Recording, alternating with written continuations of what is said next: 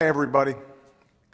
Yesterday we learned that in 2013 our businesses created 2.2 million new jobs, including 87,000 last month.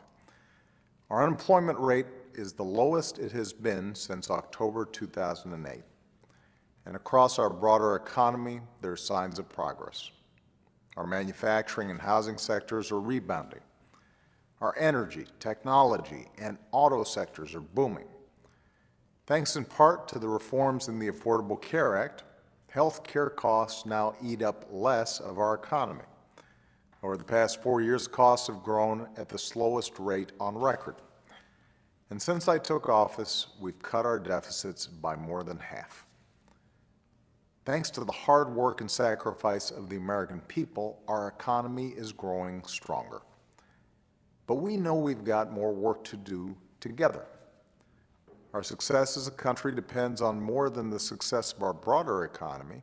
It depends on the success of the American people. It depends on your ability to make ends meet, provide for your family, and with a little hard work, feel like you can get ahead. So we've got to keep our economy growing and make sure more Americans have the opportunity to share in that growth. We've got to keep creating jobs that offer new opportunity and make sure those jobs offer the wages and benefits that let you rebuild some security. We've got more kids to educate and families to get covered with health insurance and an immigration system to fix. And we've got to make sure this recovery leaves no one behind. So this will be a year of action. I'll keep doing everything I can to create new jobs and new opportunities for American families, with Congress or on my own, and with everyone willing to play their part. And that action should begin by extending unemployment insurance for Americans who were laid off in the recession through no fault of their own. This vital economic lifeline helps people support their families while they look for a new job. And it demands responsibility in return by requiring that they prove they're actively looking for work.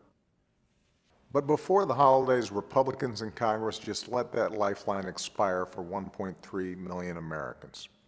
And if this doesn't get fixed, it'll actually hurt about 14 million Americans over the course of this year. Earlier this week, Democrats and Republicans in the Senate took the first steps toward making this right. But Congress needs to finish the job right away. More than 1 million Americans across the country will feel a little hope right away if they do.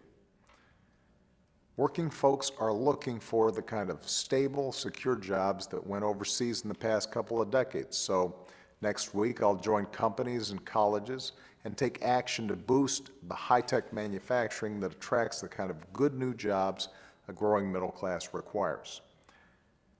Business owners are ready to play their part and hire more workers. So next week, I'll be joined by college presidents as we lay out specific steps to help more young people go to college and graduate with the skills they need for today's new jobs.